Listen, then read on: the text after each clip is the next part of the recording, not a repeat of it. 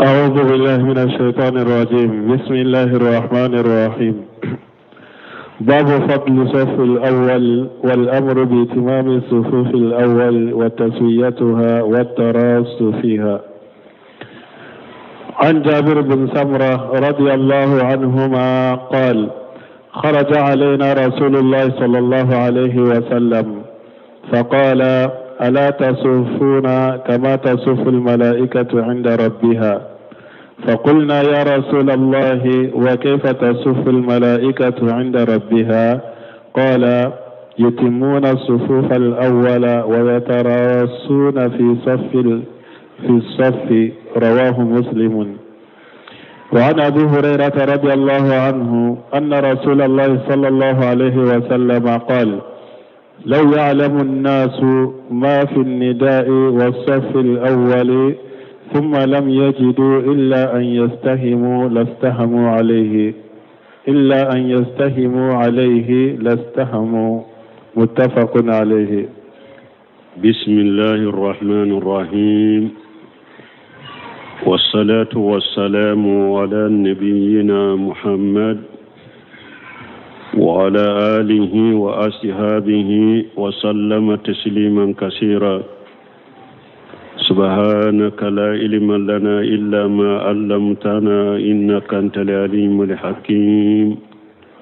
أستغفر الله الذي لا إله إلا هو الحي القيوم وأتوب إليه. اللهم انفعنا بما علمتنا وعلمنا ما ينفعنا وزدنا علما. biye tarata suye hijira bakele ani kemenani ani dinani ani duru shaharu jumada al-ula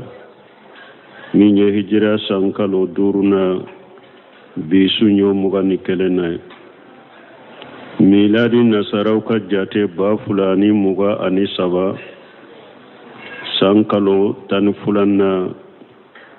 bisunye o duruna ambe dawda bu masjid rajaq ambo kono darasu be imam an-nawawi rahimahullah wa kitabu kono riyadus salihin. babu fadli as-saff al-awwal wal amr bi itimam as-sufuf al-awwal wa taswiyatiha wa tarasi fiha. nimbonda min fuleninye konani abena kuma odeka folo ako babu fadli saffil awwal ni nye bonda delila munum bena ka kuma safa folo fasamantiaka ni nye folo wale amr bi itimami sufufil awwali fulana safa folo anko dafa folo sananka safa wure damina ni nye fulana sabana wa taswiyatiha anka safa nunu kutile anka safa utile salli safa anku utile bonda yin delila ubena kuma nimfanaka nani na watarasim fiha anika safa nunu girenyugon ka girenyugon na safa la. ani Jabir ibn Sumrah radiyallahu anhuma قال خرج علينا رسول الله صلى الله عليه وسلم. كرسمنا جابر بن سمرة لك جيكابوما كوتشيدم بورا كان علوم لك تنونا كشباك فقال الله ألا تصفون كما تصف الملائكة عند ربها. تشيدم كوشيبوما أكو أوتي صفاك كم ملائكة بصفاك تشوغم وتجي على فوا. فقلنا: يا رسول الله وكيف تصف الملائكة عند ربها؟ جابر كولوكو تشيدما وقال كتشيد ملكه بصفك تشغدي وتجي على في. قال تشيدنكو يتمون الصفوف الأولى ويتراصون في الصف. تشيدنكو ملكه بصفك تشغدي وتجي على في وبصف فولو دي دفا ubegere nyogona safa fanala. ni hadisa muslimu yabo hadisa fulana وعن أبي هريرة رضي الله عنه قرسم أبي هريرة ملك جيكبواما أن رسول الله صلى الله عليه وسلم ko alaka tira alaka tanuna kishibaka qala law ya'lamu an-nas ma fi nidai wa saff al-awwal ko ciiden ko ni mo tunyado nafani barajimi na be salli walela ani safa folo summa lam yajidu ko fe numa safa folo soro uma salli wore soro salli wale soro illa yastahimu alayhi fauka kala de tiga kama la astahamu tumbe kala tiga kama ni hadisa muntafaq alay buhari muslim ben hadisaina asrahu nando na hadisa nunu sarahu la qala al muallif rahimahullahu ta'ala muallifu ko alaka nema masamin kortaleno babu fadli as-saff al-awwal wal amr bi itimami as-sufuf al-awwal وتسويتها وتراسي فيها هذه مسائل متعددة نيم مسائل جات لودي بينها رحمه الله حكمها بما ساقه من الأحاديث من الشيخ النووي رحمه الله أين ننكير جات لمن فلنيني ayuka kiru bange hadisa wala ya hadisa munun sama الحديث الأول أن جابر بن سمرة رضي الله عنه حديث فلو كارثة من كبو جابر بن سمرة ما ألك جيكبو ما قال خرج علينا رسول الله صلى الله عليه وسلم جات يوم فقال ألا تصفون كما تصف الملائكة عند ربها الملائكة لهم عبادات ملكاو فلي باتو بو بولو متنوعات باتو بي ملكاو بولو باتو منو نو نونياو كاتشا وهم عليهم الصلاة والسلام ملكاو فلي alaka ewa tanunina kishibuka la yastakbiruna an ibadati Allah malikautu yerebonya kabo alabatoma ولا يتحسرون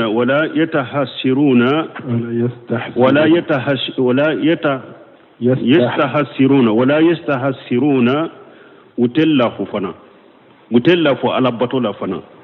يسبحون الليل والنهار لا يفترون سونو تلي ملكاو بالله سبحانه وتعالى فراتتك وكسبنا فوتتك وتأمل قوله eka alaka kuma jatemina yusabbihuna laylan wan nahara alakum malikaw ko be ale ala subhanahu fo suni tilebe walam yaqul yusabbihuna fi layli wan nahar alama fo kum malikaw be ale ala subhanahu fo su kononana alitine kononana ako suni tilebe de li'annahum yastawibuna liwaqta kullahu fi tasbih parce que malikaw su wakati be tile wakati be uba be de ta uba be de ke subhanallahi foy yusabbihuna layla wan nahara sunu tile ube ala subhanallahi fo la yafturuna utesege subhanallahi foy la yafturuna atettiga wubolo subhanallahi foy atettige sunu tile be de wulu bala wa min ibadatihim inda rabbihim abe malikaw ka bato la fana ube bato munun ka utigi alafe annahum yasufuna inda allahi azza wa jalla malikaw be safake alafe masamin ka bakorta leno kama qala taala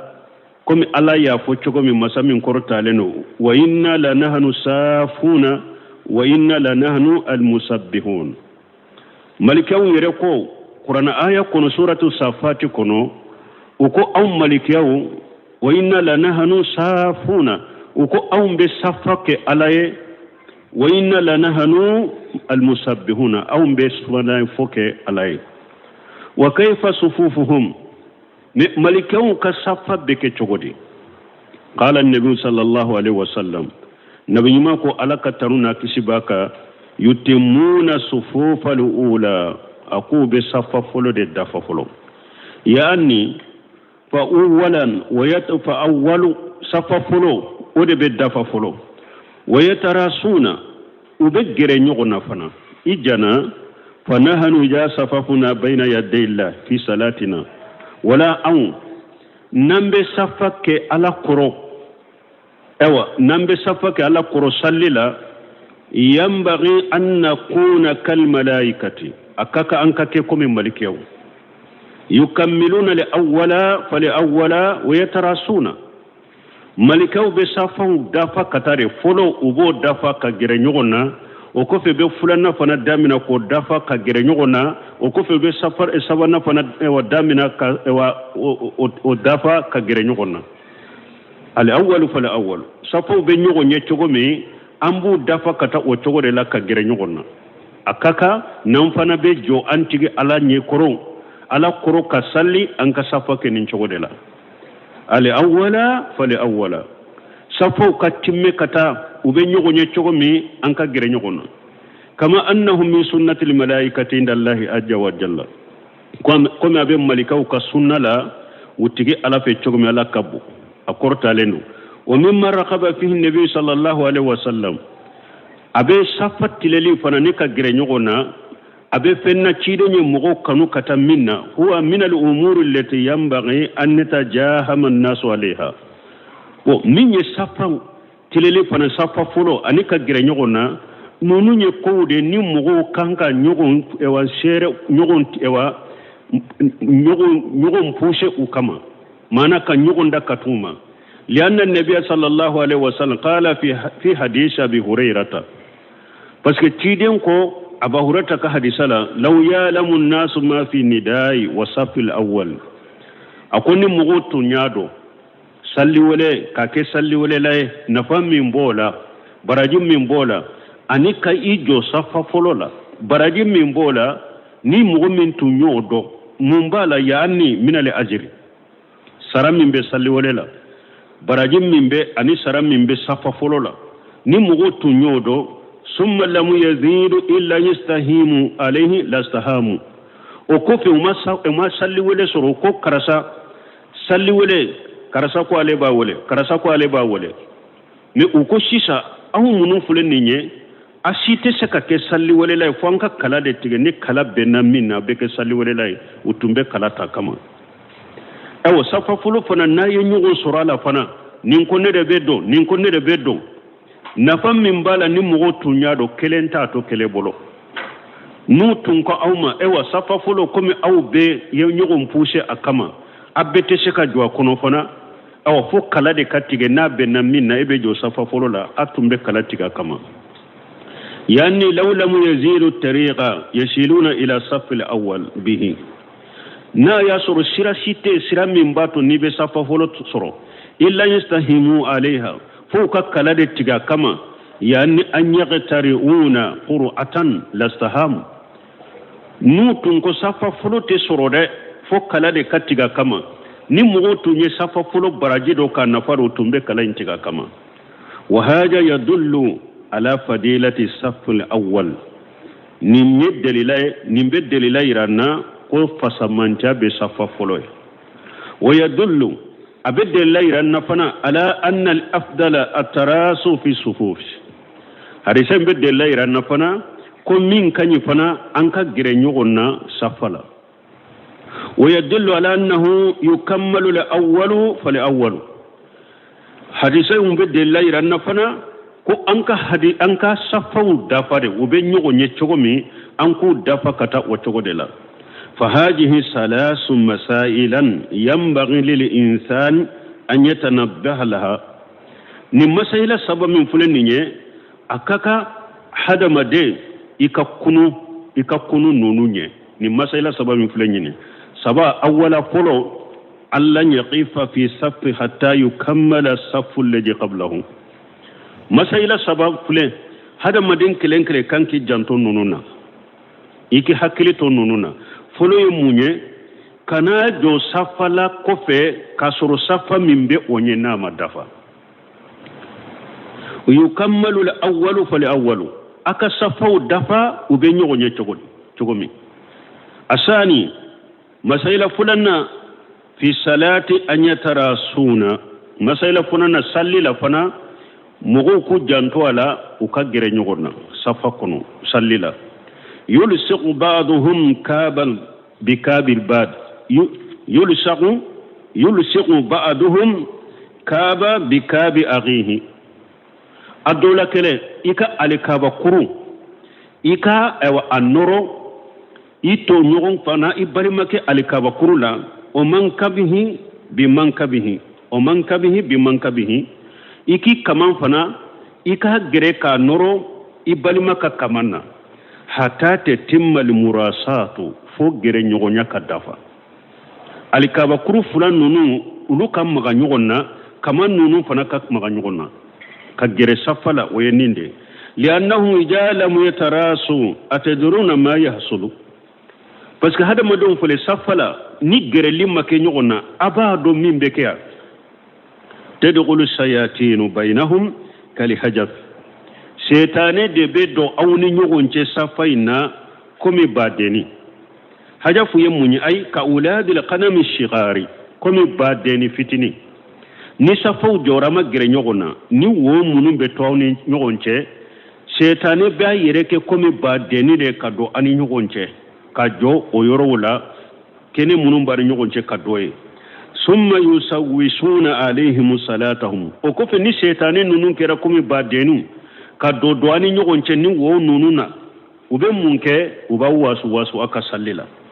فإذا تراسوا لم يبقى للشيطان مكان من نو غيرلا نيغونا يوروتو شيطان يوروشيتو شيطان نابي دومينا ولكن يجب تنبه للمسائل ما akaka hada madon kakunu uka nim masaila munun fulani nye ukuka hakili to nununda ni masaila nunu hada madon kakunu ukuka hakili to nununa alay masalatul ula donc tumami ibn seminu ye safati lele na anka gere nyogona asagira kafo ako walakinni yajibu tanabbuhu li masaila akomme akaka masailo do bina fo ko do bina fo hada madon ku janto lo fanala al masailatu ula masaila fono laysa al muradu bil murasati al murasat allati tusawwisu ala al akharina la nyinite nanko anka gere nyogona la nyinite gere nyogonya min fana nabi ito nyogon fana wasu ya anni yarusuhu hatta yutibuhu wa yujiyahu mana eka gere nyogona kasere mogola chogoya dola fana fo mimba shege mimba toro o fana ma fode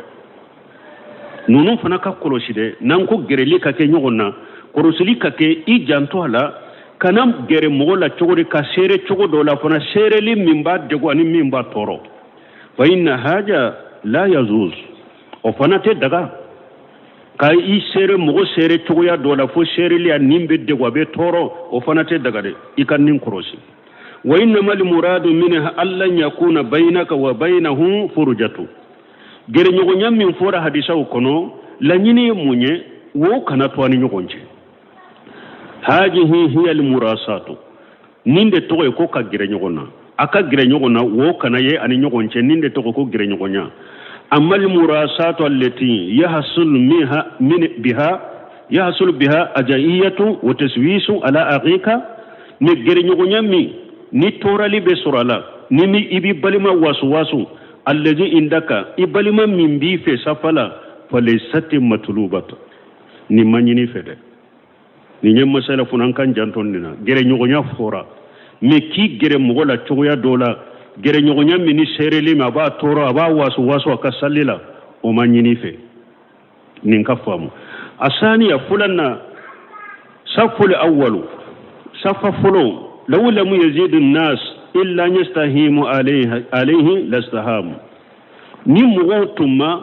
ndindo mogo tunkera numa safa fulosoro fuka kalatiga akama utumbe kalatiga akama ofora nu ofora abafe ki hakli jigi masaila dola o yoro fanala laysa taqaddumu ilayhi bi wadi min dili aw wadi kitabi aw ma asbaha zalika nan ko kajo safa fulo la ko safa fulo baraji bala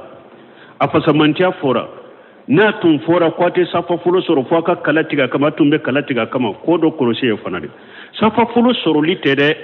ke ekika ewa minye ka muswara ko nati nyefe ube iki tapi nati nyefe kabila yorola eyire mana folo ube iki ka kitabu bilaye ube nunu na nyogona ni mfana mafuyede nan ko kana jo safa folo la akoroto ko e kana ni ka muswara ka bila palasi la ka palasi mina ube ka tape bila palasi la ka palasi mina ube kika kitabu bila palasi la ka palasi mina ube nduna nyogonaw aw yatahajjaru makana ube eki damana yoro mina misiri la yoro kere kere lende be bolo misiri la ko ne ka jo yoro de ninye ne ka sali yoro de ninye iki jantola ufana mafuda nin kolosi de nan ko ka jo safa folo fa samanta bala ire de bena palasi te mina ite fembila palasi la de ani fana ite damana shigi yoro kere kere yere ye misiri kono wa gari samaitu ba'da an-nas annahum kanu fi salati al-jumu'ah ibn samin ko rahimahullah ko alayya min mugo dola ko tumbe juma sallila faja shakhs mutaqaddim wajada makana fi sufuf al-ula khaliya ko donana juma do ko alayye safa ye nyefe safa atara nyefe parce que safa fulo la aye palasi doye mogote palasi lankolondo aya ye safa fulo la mogota kono fataqaddama ilayhi wa salla fihi atemena kata o yoro yima ka salli yoro lankolo na safa fulo la summa ja rajulu kana min adatihi ko o kofe ceedo nana jale kala tunye an yusalli fi hajal makani jace kala de ale fana kas salliro de ni nyoronye ceyin temena aye yoro lankolo minye safa fulo na temena kata salla kono ale ya kan nafila ke yoro mi dro mo wore nana ja o fana kala dala ale fana ka salliro de ni nyoroy wa kana mastarahu min kisihi aye yoro inke komi yoro mi ka saka bo ka borokono abe komi aye yoro in saka bo ka borokono falama wajada man sabaqahu qala lahum tumame ayasuru minya ako yoro inna o ya ako yoro inna ka joye akwa tigima maja tabghi min al makana ko be munyiniya ni yoro mi efule ya ebe munyiniya wa kana qala lahu ma qaditu makanaka ay min suru awa kunne ma shigi ka shigi yoro lade wa inna ma ana wajaritu makanan qaliyan fajalastu fihi ne yoro yin lankolon de soro mogota ko non shigira hala ne ma shigi ka palasi lade ne yoro yin lankolon de soro mogote en shigirai fa qala la ceyin ko ma ay haja makani ne ka yoro de fa innani ajlisu ha huna adata ne kala dala ne ka shigi yoro de ninye ne ka yoro de ne kala dala ne ka shigi yoro de ninye ayen nin fo aye wa ana wadi fihi kaja wa kaja mi hajayiyati akon ne be fendo bilan aka hajuna fendo doro mana kam minando ne bin kam minando de bilaya palasin nyetade ne bin kam minando de bilaya pour ninna nan be sigi palasina fa subhanallah min ayna lahu jalika no simin ko suba ko sena be alay ako aleben nimbomi alay ni soro chogodi inna limasajida lillahi ajja wa jalla misiri ala de tay masamin korotalen ne kafon ni ne ka damana yorode ne be tokin kam minando de bilaye ngapala shide do ninna na be shige akwale ni soro chogodi misiri ala de tay wa man za awwala fa huwa haqqu ni mogo min folo nana palashi min be misiri ko ni mogo min folo nana ere kakani o palashi walaysa ahadun ahaqqa bi makanihi minhu mogo site emin nana jonnade isigira palashi minna mogo site min ni palashi sigili kakani ete mogo siman kakana ni ete emin nana jonna fal insanu hadama de yambaqi lahu an yatajannaba hadhihi al umura ako hadama de kakai ki yere kurosinin ko suguma bal ako ay qala shaykhuna abdurrahman ibn shidi rahimahullah ako uluka karamoko parce que ibn sami rahimahullah leka karamoko folo yere abdurrahman shidi ibn shidi wada ya karamoko folo tumami o fatura de anana kala jamia la madina mahmud lamini shinkitila donc ako uluka karamoko yere anna tahajjura haram wa annahu la yazuz ako abdurrahman shidi ko ka yoro mina misiri kono damana yoro ko mina misiri kono ko mogote salla kono ede ka palasido ni enana ebe joye ka salle ko ye haramu de ko ate daga ko abdurrahman sidi yofo abdurrahman saadi yenni fo hadisa e wa kitabu jumana نور الأبصار والألباب في أحكام العبادات نيني عبد الرحمن الشيدي كفيرو كتاب نيوماي أين نكما فو أودي كونو كافو كا يورو منا مشري كونو إدا منا يورو منا مشري كونو كوكي إيكا دمنا بلاشي مشري كونو كوي حرامو دي كوتي دغا حتى إن بدل الفقهاء هاري فقهاء دو دوني كباو دو قال يتوجه الله تسيح صلاته فقهاء دو كو مجهب تيغو دو كو يري كم مغو نيه إدا منا بلاشي منا مشري لا ka kumantiya mugo tola ni nana ebe joye kasalli koy kasalli te sahayre fuga haw do yo foyere li annahu shibhu maqsubin ko pasge abe komi iye yoroyi iya wali yoro dedo jama yoro dedo ni ya tarake ya minak mugo tola qasabu yo ode abe komi ni nana ka mugo ka dugu kolo ube ka mugo ka dominala donc ko ewa don fuga haw do ko obe komi osugude koy ka sallite sahay haysu innahu jalasa fi makani la yastahiquhu parce que ko isigiram palasimi ina manka isigira palasimi ni manka ini palasi manka ni palasimi mina yire misirilan chogola ni nyefu hawdo de kapkumai me kuma sabati lenye munye ni yuro idamana yuro mina misirila mo shite joy ni ete haramudo atebbe don kiba ka kuma sahlen ko ni haramudo atebbe me ka fo ni sallere ka sallite saha ako doni kiba ko dori ya fo de pour ka gele ya yire ka fo ko do komin ka jugu doni kiba do ko ka sallite saha yire me doni kiba ko kuma do foran ni nye me ate ko mi sahlendo kuma sahlen minye ni sallere ka sallibe saha me ye haramu kay fala haqqu bil makani man jaa ila al masjid awwala mogomin ni palasi kaka ni mogomin nana misiri la jorna ode ni palasi kaka walawla anni aqsa al fitnatan bunu seminu fuleka sai kata ayirma parce que ala yire tunya almami anya fo chogmi abdurrahman saad ode jamiatul kabir jamia berebere bam mimbe uneza abdurrahman saad de tunya almami tumama ale fatura yebunu musumni bila anola akalande bune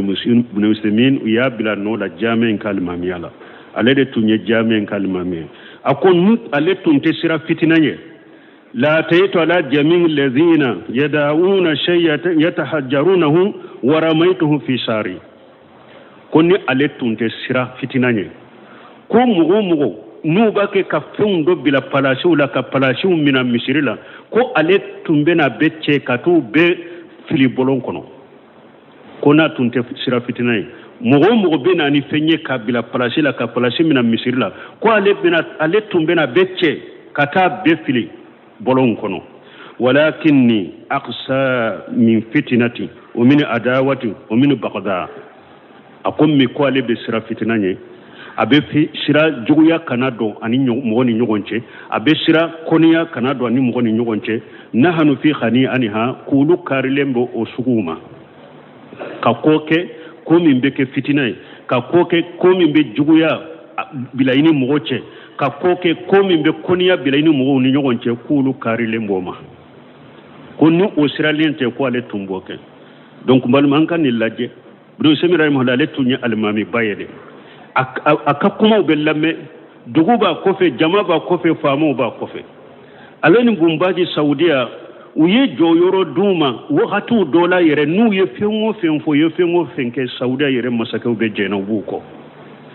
mini o yere ko ninko sugu ko ale butoye fitina sirali kama konia kanado ani mwoni nyogonche dugu ya kanado ni mwoni nyogonche aundu donc fo anka deresuta ukakuma munu fule nunu ya anka deresuta nunu nade janko aw munu be jamana kono lu be jamana munu kono dina famura be dalembe edela bebi bonya bebi karama abbe bolo anka nyema e karasade ne wulu sirana nunu na nyogona no kam misiru kono fitina nye aundu donc nini ko sugu be misiru kono hari nu mani hari nu haramudo an kan kula dege an fana katani ta cogo min be se ka mogo la famu nin ko sugu bom misiru kono kasora make fitina an kan janton nono na ube ka kuma munun fo ka dersu la an porta bade bola nafa bade bola donc an kan janton nono ay nin foya فقول رسول صلى الله عليه وسلم تيدن كما لك تنونا كسبك ثم لم يزيدوا إلا يستهيموا عليه لسهام ناكو نو مسافة فلو ينصروا وبي مسالي ورين صروا فوق كالاتيكا كما كوتم بكالاتيكا كما يعني أنهم يتقدمون ويتسابقون كم مغوتم بنا جنة مغوتم بنيغن دا ثم إن التهجر فيه مضرة وكفي أساقرا كتامون ببلاشمنا أكو بلاشمنا ينفلد ميسيري كنود أكو تورا بالا فالإنسان يقول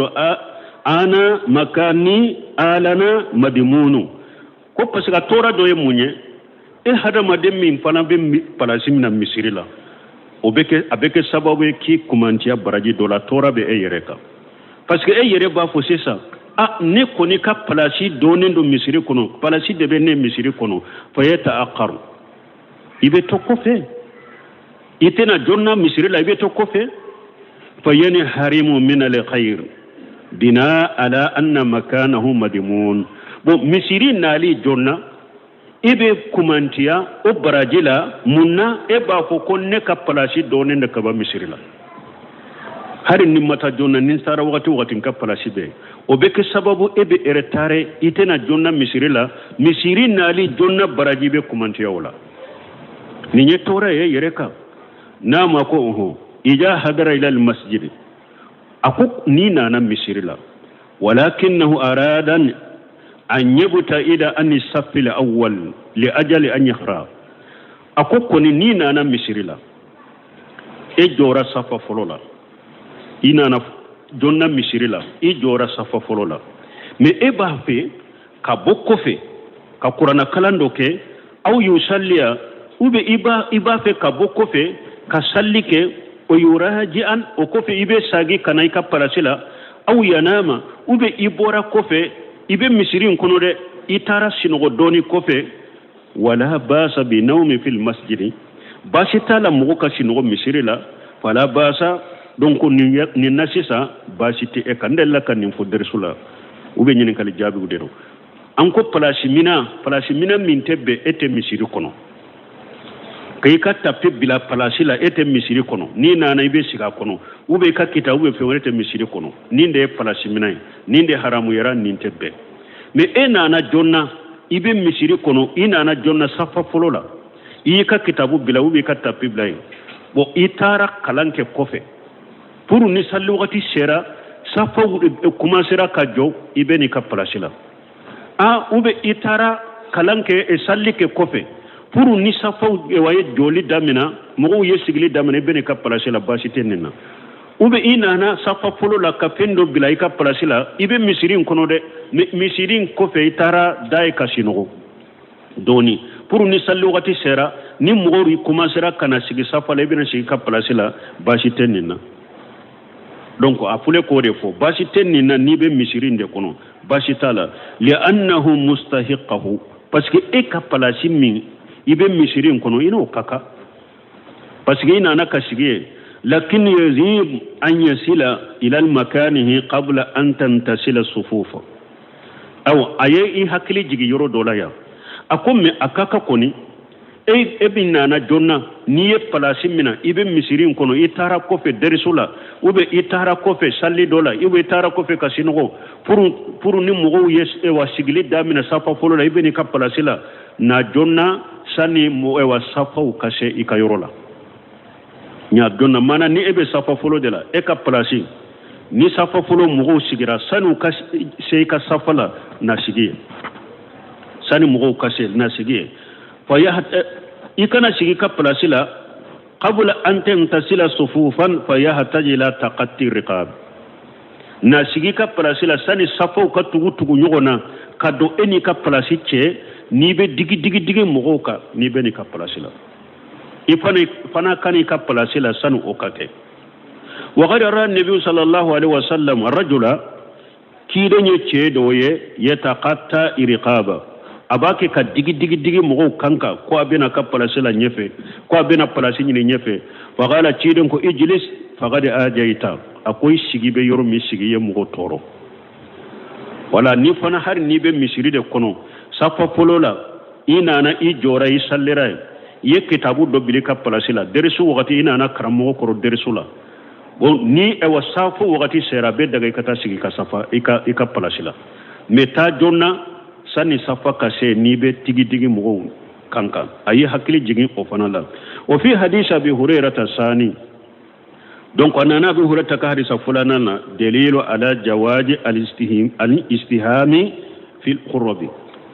delila be abu hurairah ka hadisa la ko bato adagara anka kala tige bato kama adagara kala ka tige bato kama yani ya amalu qur'a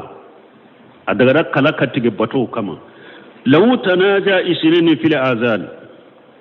ni mo fula ye nyogon soso salli welela u ye nyogon sama qala wahidu ana alladhi uwazinu wa qala al-akharu la bal ana sawazinu mo fula u ye nyogon sama salli wele no fe doko ne de be salli wele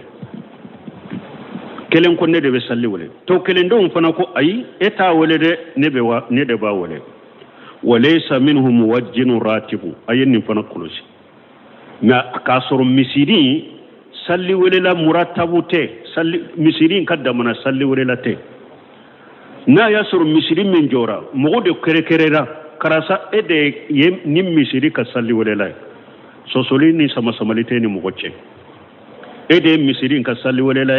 sosoli ni sama samalite ni mogoche de me misiri misisa ni salli wele la damana salli wele la kerekere lenta la sisa mo fulanana nin kunne de be salli wele nin kunne de be salli wele wa kulluhum mutasawuna fi sifatil matlubati fil azan ne ufula fana salli wele la nyinu munun be salli wele la nyinu munun kanka sero salli wele la ufula be kaka o la nyinu bu fula be la sisa fa hina idi tuqra bainahuma bo sisa nim mo fula ambe kala le tigenu nyogonche ni kala be na minna alebe salli wele faman kharajati lahu alqur'atu fa huwa alladhi yuwajjinu donc ambe kala de tige ni mo fula ni nyogonye sisa ni mo min ka kala bora ko aka salli wele o be salli wele wa qala wa ma li asafi ako ka fara dimika dusukun dimika annaka tara bada nasi jama'ata fi safari aw nuzihat akoy be jama do ye ubeta tama yorola ube be jama do yere ubeta kungo kono da kata finye mina yorola wama asbaha zalika ni nununa nyugono kullu wahid yaqulu lisani a'zini anta akoy be ninye ka fara nimbraji bammi be salli wala la de ka fara dusukasika ibe mugo do be jama do ye nube tama yorola ube jama do ubora kata kungo kono na kata finye mina lay salli wakati yusoroye ube ewa salli wele nyoni kabo yere kare nimba fo karasa salli wele nimba fo ay eka wele bunu semin ko fa badir ya rajulu bil azan fa innahu khairu ako he eche eka korto kata salli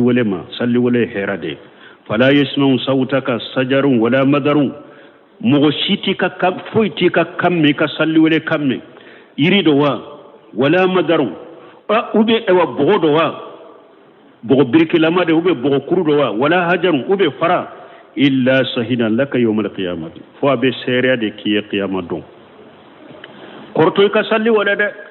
parce que ni ye salli wele la ika salli wele kamme ika salli wele ka ni iri de ya mewa bogodo ya mewa fara de ya mewa afuyi ta me fo abe seria kiye qiyamah don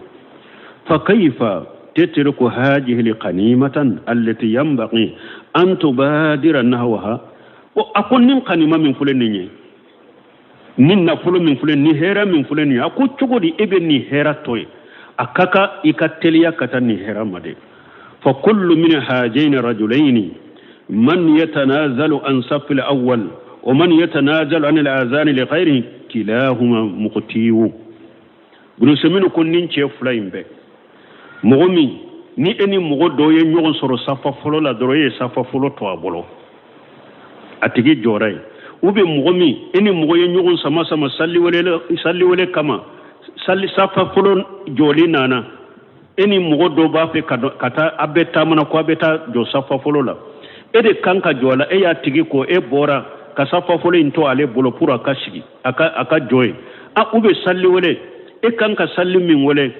salli wole ni modo ya nyogon sorala mais salli wole ndira de mayde kan ka salli wole bora salli wole nay ko karase ka wole akon nim fula be be qatawu mo kilahuma mughtiyu akwa be qatawu ke parce que hera do de fule ka nyeshi mayu hera into e ka to mo wore bolo nasallallahu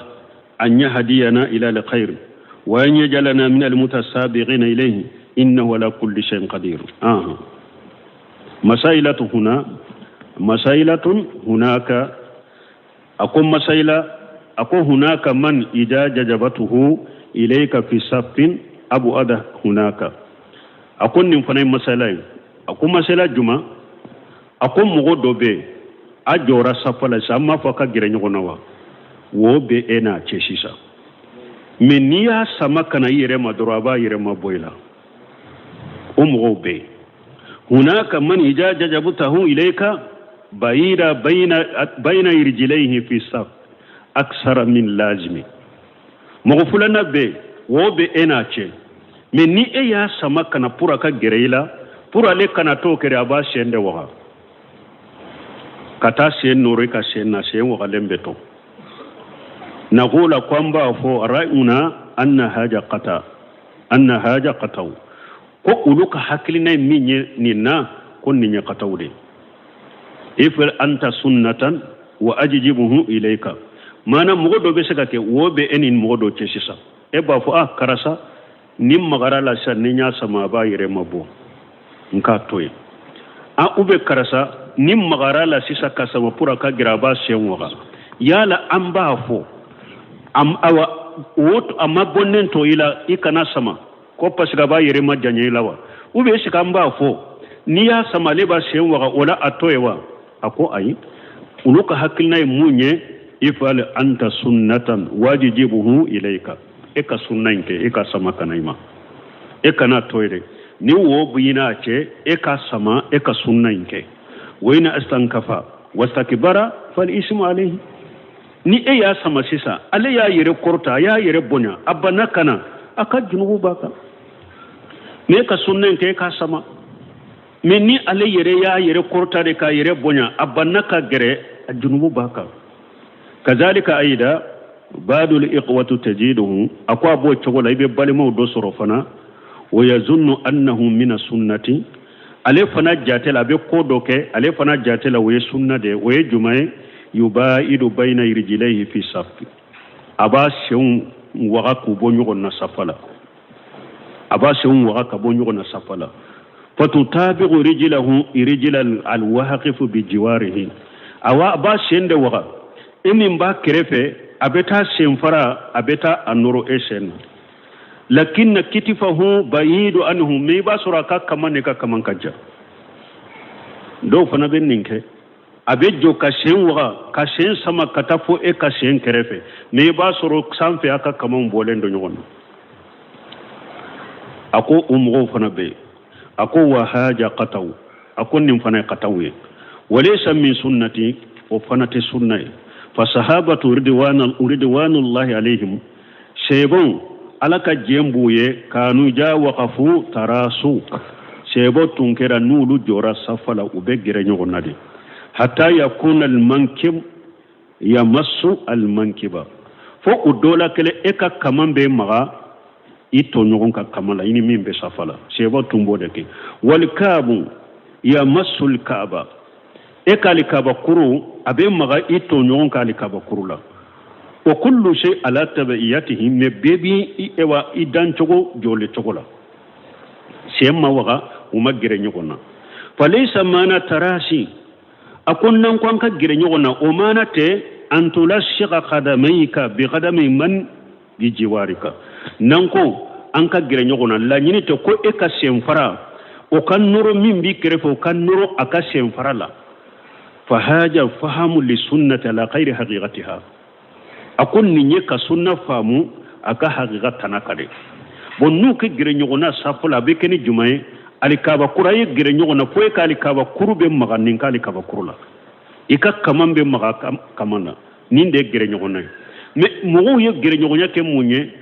ebi sen waga sen be ni sen fara be ni sen fara kerefe me kama on ka janyono mo do ye gere nyogonya yi da jate mina ninde sen fara ka ke sen fara kerefe do har na ya suri sen waga lendo akun ninde ye ima sunna fam ni nya khatawiye sunna ye minye gere nyogonya la sen fula ka gere nyogona fo alikaba kuru fula hari nu krosele mato nyogona kama ga nyogona kaman ni kaman fana kama ga nyogona gere nyogonya ye ninde sunna la وعنه قال رسول الله صلى الله عليه وسلم خير صفوف الرجال أولها وشرها آخرها وخير صفوف النساء آخرها وشرها أولها رواه مسلم. وعن أبي سعيد الخدري رضي الله عنه أن رسول الله صلى الله عليه وسلم رأى في أصحابه تأخرا فقال لهم تقدموا فأتموا بي وليأتم بكم من بعدكم لا يزال قوم يتأخرون حتى يؤخرهم الله رواه مسلم. وعن أبي مسعود رضي الله عنه قال كان رسول الله صلى الله عليه وسلم يمسح مناكبنا في الصلاة ويقول استووا ولا تختلفوا فتختلف قلوبكم ليليني منكم أولي الأرحام والنهى ثم الذين يلونهم ثم الذين يلونهم رواه مسلم. وعن أنس رضي الله عنه قال رسول الله صلى الله عليه وسلم سووا صفوفكم فإن تسوية الصف من تمام الصلاة متفق عليه. وفي رواية للبخاري فإن تسوية الصفوف من إقامة الصلاة. وأنه قال رسول الله صلى الله عليه وسلم كارسمنا أبا هريرة مالك جيب كبواما ولك تشيدي لك تمنك شباكا أكو خير الصفوف الرجال أولها وشرها آخرها كوتشو كصفة هرما وكصفة نما كو يو كصفة فلودي كوتشو كصفة وجوما ويصفة لبني وغير صفوف النساء آخرها وشرها أولها كم مصوفنا كصفة هرما ويو كصفة لبني مصوف كصفة جوما ويو كصفة فلودي أرواه مسلم. والنبي سيد القدري رضي الله عنه كارثة من أبا سيد القدري كجي كبواما أن الرسول الله صلى الله عليه وسلم أرى في أصحابه تأخرا كوتشي دنيا أو أيو كشيبا ولا ندون نانا وبتا كوفي وتنا نيفي تشيدن يكروشا كشيبا ولا فقال لهم تشيدن كما تقدموا أكو أين نيفي فأتموا بي akanen no minan be munke aw kallaje koke wali ya tamma bikum man badakum munum be aw fana kofe ulu fana baw fana ladege nawye minke ulu fana boke la yajalu qawm yata'aqqarun mughute uli nabe nana misirla naba yerebila kofe hatta yuqirahumullah fo ewa alabe aw alaba to kofe baranyuma chamandela ala baw to kofe bara nyuma chamandela ni mo munu nyoke arwa muslim wa nabi mas'ud radiyallahu anhu karisa min nabi mas'ud malaka je kabama qala kana rasulullah sallallahu alaihi wasallam yamsahu manakibana fi salati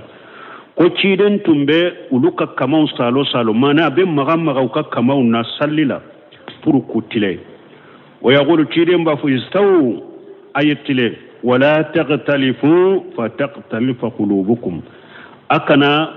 إيوا فنكو نيغونيا صفاولا ناكد بسكون فنبي فنكو نيغونيا ليلين منكم أولو الأحلام والنهى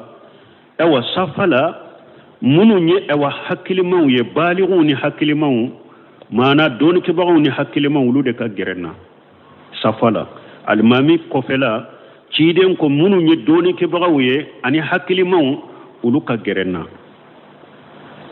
mi do be delela tan nindela ube mo e wadde mi sinu ge ube ni mo wore nana na jo almami ko fe ba ge ka boy ko yante ka joyore doni ko de kan ka joya afora de ubetani hadisa fo min hadisa fo kunye bunu semira mo la ba fo ka kitabu re sarahula ni hadisa ko funye de kide nye doni ke baga woni hakilimaw ayawulla sude aw bena jonna de ka jwalima kofe sari mo to kana ni nyede ka doni ke baga wulla su ka hakilimaw wulla su kana jonna de ka palashi mina sani mo wore ka joy me ka fonne e wa naibu de ube ne qur'ana durushi baga de ne doni ke baga de ibi yere to kofe bon ni e nana ebe na eretari la ni mo munun jora almami kofe ku ka boye ko e kana ko pasiki almami doni ke baga kata wudo de ibe na jorna de ni mana jonna palasite mo shibolo misirila ni min nana jonna leta de palashi ni chide ni hadisa min fo ni la nyini de ibe na jonna de ka jo palashi na sani mo wore ka joy summa alladhina yulunahum o ko fe munum be gere wulu fanala u ka ke doni ke bawoni hakilima wiye summa alladhina yulunahum o ko fe munum be gere wulu fanala kata rawahu muslim wani anas radiyallahu anhu qad samina anas malaka je kabo maqala qala rasulullah sallallahu alaihi wasallam akwala ka ciden kwala ka tanuna kishibaka sawu sufufakum fa inna taswiyata saf min tamami salat ciden ko yaka safautile akadu safatileli salli baraji dafali dode do salli dafan dode safatileli muntafaq alayhi wa muslim benaka o fi riwayati li bukhari anana bukhari kan na chogo dola riwaya dola fa inna taswiyatan sufufin min iqamati salat akadu safatileli o ye salli jolide mana alay min fo qur'ana kun waqimu salat aye salli na ta chogo la bukhari kay riwaya dola akadu safatileli alaye salli joli min fode safatilele bode kono salli joli de do asarahu hadhihi al ahadith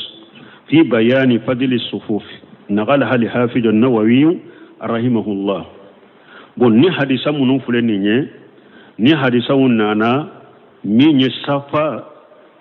fadl as sufuf safa fasamantia al hafiz an-nawawi hadisan nununta منها حديث أبي هريرة رضي الله عنه أين حديث منونتا أبو هريرة كحديث بولا لك جيكباما أن النبي صلى الله عليه وسلم قال خير صفوف الرجال أولها وصرها آخرها وغير صفوف النساء آخرها وصرها أولها وذلك أسبب يموني بس كأنه أكرفو ديجا حديث يمكنه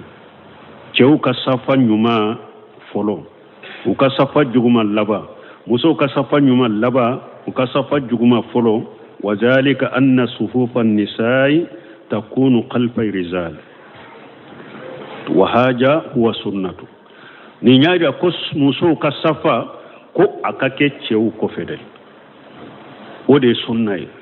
fa iza kana awwaluha fa huwa qaribu min rijali fa yakunu sarraha minni muso ka safa kera foloye ko ka safa folo ani cewu ka gere o de ya to akera safa juguye parce que nu cewu ka so hadisai nya iranna sunna la folo ari min fo hadisai nya iranna fona muso jo yoro ye ce ko felade se chafo ko felade muso be jo safa be jo cewu ko fede o de sunna ni muso be jo cewu de ko fe muso ka safa folo fona ni cewu ka suru o de ya ke jugumai واخرها بعيد عن الرجال فيكون خيرها muso ka safa laba ani cewu kaja ode ya to akera safa nyuma ani cewu kaja amma rijalu fa kullama taqaddamu fa huwa afdalu me cewu koni wakati ni etara enyefe ode kausa ema e katara ni maye safa fulula ikaye fulanana ce wakati be koni e ka kenyefe ode kanyi كما قال النبي صلى الله عليه وسلم مهجرا أنت أقر كم تشيدن يا فتشو كم كمبلي مغوكنا يرتب كفه مشركونه تشيدن كل لا يزال قوم يتأقرون حتى يؤقرهم الله وهذه قتيرة مغوتولي ni يربي يرتب كفه مشرلا ni ما دابلا على فنبي توكفه بارانيمان بلا أكون نيدان زباي وهذه قتيرة نيدان زي أن الإنسان كلما تأقر عن صف الأول أو ثاني أو في ثالث وهذا مدين فلده وقت ني تورا صف كوفي itora safa folo kofe ube etora safa fulana kofe ube etora safa sabana kofe aw salisi aw fi rabin a ube safa sabana etora kofe ebe nani na dela alqa Allah fi qalbihi mahabbata ta'akhura fi kulli amali salih wali aizu billah mumbeke ela sisa ala babila eddu sukun kono de baranyuma la ki yere to kofe baranyuma kele la ode be bila eddu sukun kono ode be kanu kata ema mana wakati ni ete ewa ete safa fulula ibeta fulana la ube fulana jora ebi yere tay bila sabana de la ube wakati be ibeti be yere bila nani na la ka sabana toye mugo karta bolo ninye ni nana iteta safa fulula safa fulu joyoro be me ibeti yere bila fulana la ube ni nana safa fulana joyoro be ebeti yere bila sabana la ube ni nana sabana joyoro be ebeta jonnani nana mugo ciden ko mugo nima ninda bila ala be nin kanu bila eddu sukun kono de baranyuma sisa ka to kofe ala bode bila eddu sukun kono de billahi ita fe kaye baranyuma sinye tuguni ebe to baranyuma be kofe de o kanu de bila eddu sukun kono wali ayu billahi wali haja qala ninde koso ciden ko la yajalu qaumu yata'aqqaruna hatta yu'aqqiruhumullah akum mugote wuli nubu yere to kofe fo ala bu to kofe baranyuma bela fa anta ya aqi taqaddam fi saff al-awwal fal-awwal akum balimake na jonna ikado safana ube nyogo nye chokomi ni nana do safa folola ni ma safa folo soro do fulana la ni ma fulana soro do sabana na ube nyogo nye chokomi kata akao chokodela وقوله في حديث خير الصفوف النساء آخرها وسرها أولها ni hadisa min fulani nye ko muso ka safa nyuma labande do a juguma folo de do ma lam yakun nisa'u fi makani qasu wayede ni muso tu da mana yorola de qasu lahunna wayede ni muso te yorola mu yoro mu nyu da mana yoro mun kerekera nuye fa inna khayra sufufihinna awwaluha ni muso bu da mana yoro de la yoro min kerekera nu uyereye wala uka safa folo de kani misali la misiri min fule misiri la sisa pente chew ni muso ni nyogon chewa ni pembe chew ni muso ni nyogon che u fana bu da mana yoro de la uka safa folo de kani wala li'annahu akhrabu min al-iman wala mahjura fihi parce que uka safa folo ni alimami kasuru uka safa ewa folo jugu yarani minye balili feminye ote oyede nunu chewbe nyogonka me nunu chewte nyogonka ufana bu damana yoro de la kasafa e fendo de bu nu chewche donc ufana kasafa folo de kani parce que kasafa folo na limami kasuru ewa kasafa folo juguma yoro min fora ote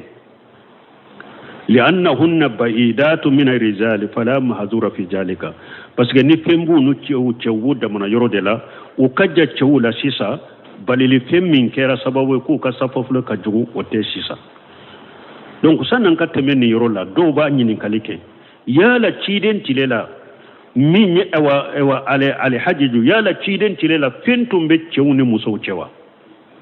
ciden ka misirila yala fendo tumbe chewu ni muso che misirila wa don ka ko tunte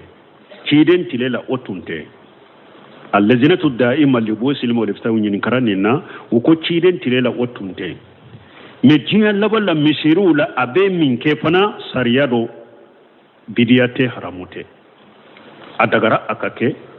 o ko munna ko parce que ni ciden tilela je kuram munun fulan kam misirila sa ni suni tilebe yele nya be kaka utunte ciden kam misirila kuratunte ciden kam misirila dibide do ambassade ko fajiri layre muso bena ka salli uka hijabu melekele mbola mo situ do beta dibila yala on kam misiri bo chogola sa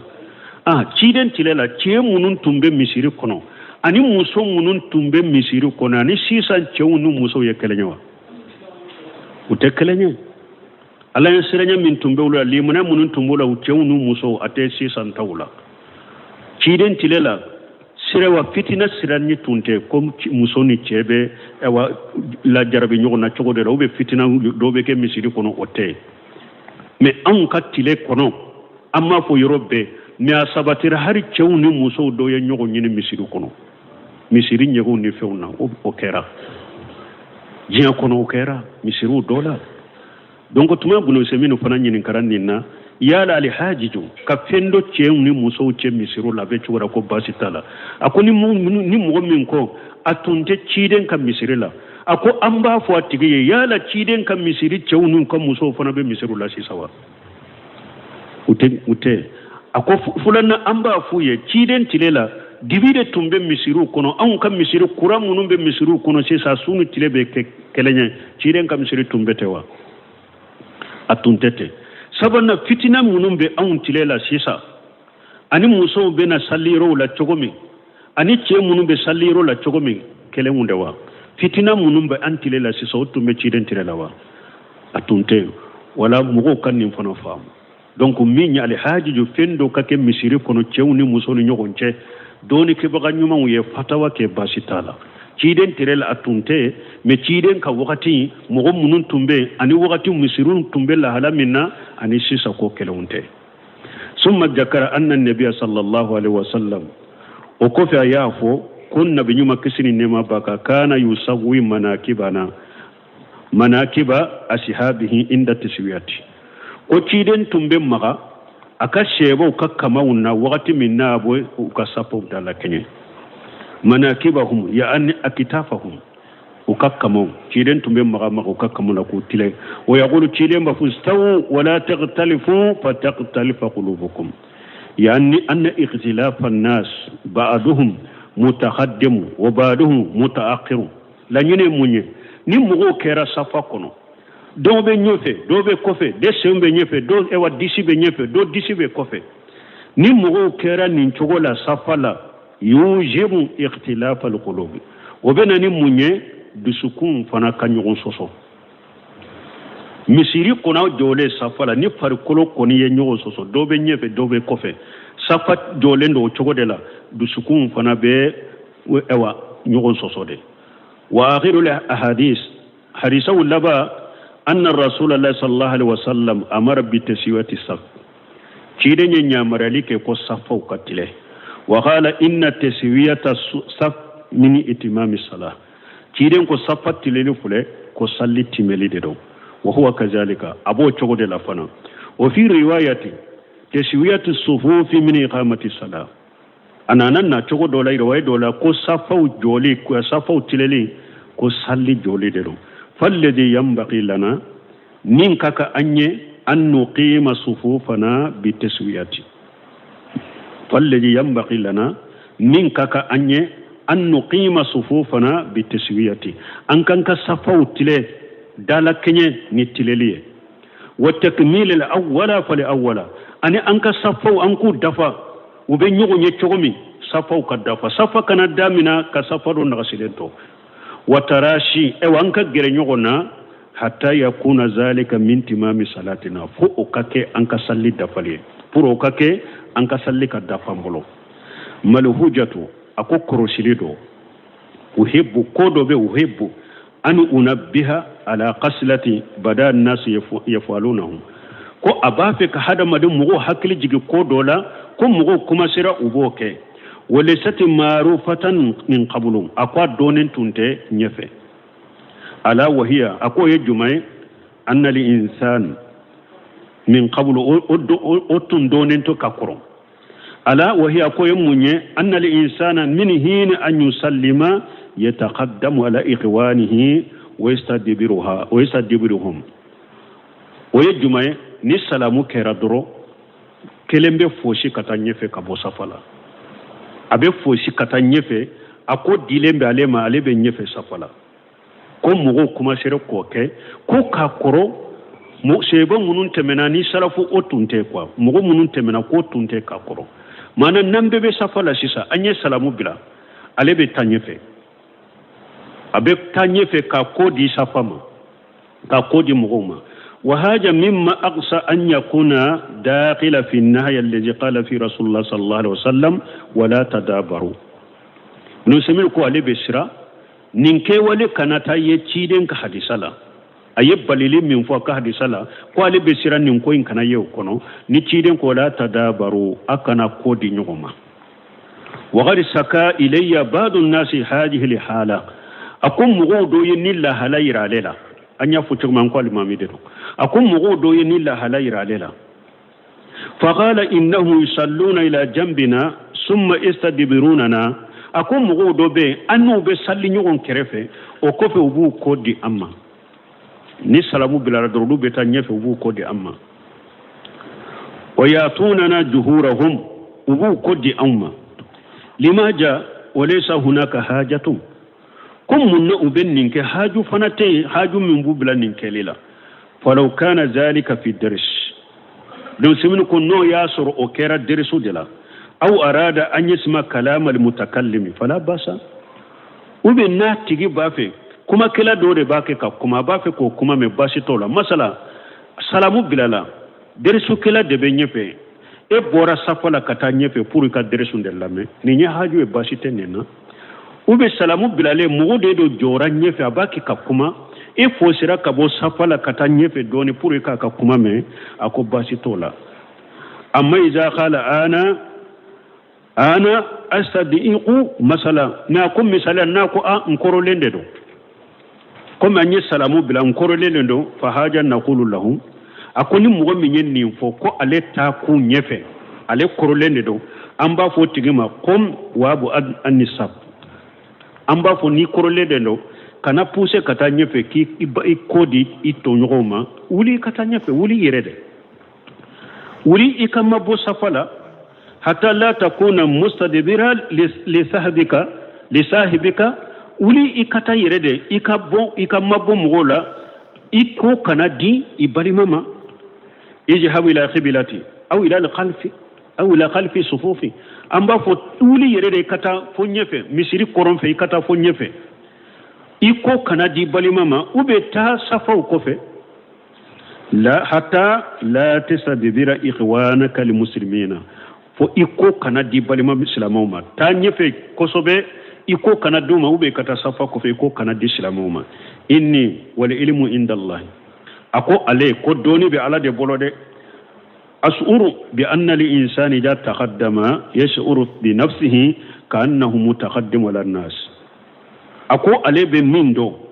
ko ala ko doni be ala de bolode comme abebe alebe sobi minna mo ni e fosira safala sisa kata tonye ki ko duma abeni ni konedo kia ewa iyere bonya ki yere bila mo nye ode bena ni kono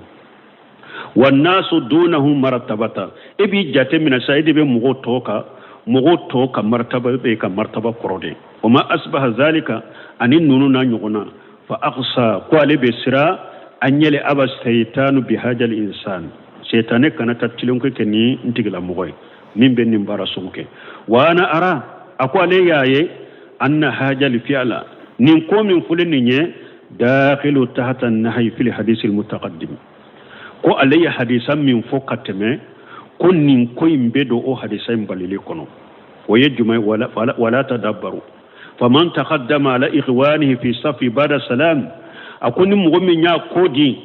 أبالي ماما سفلا سلامو كوفي أغسى عليه أن يقتلف قلبه من أجل تقدمه كو علي بسرا ألا كان أتغلا مغود ألا كان دسكون فونكو نيغونيا أيتالي من كنيفي مانا كو علي بسرا نكوي أكنا يحدثلا ni hadisa mi antemrala ni ciden ko akana fala taqtalifu fa taqtalifu qulubukum akana nyogon soso safula ni dusukum be nyogon soso mana ebe nyefe ni be ko fe safula boko alebe sira mo min fana ni salamu ko fe doro ebe bo safala ki ko din nima ikana yenni hadisa la ni itali nyenye hajal lidha akon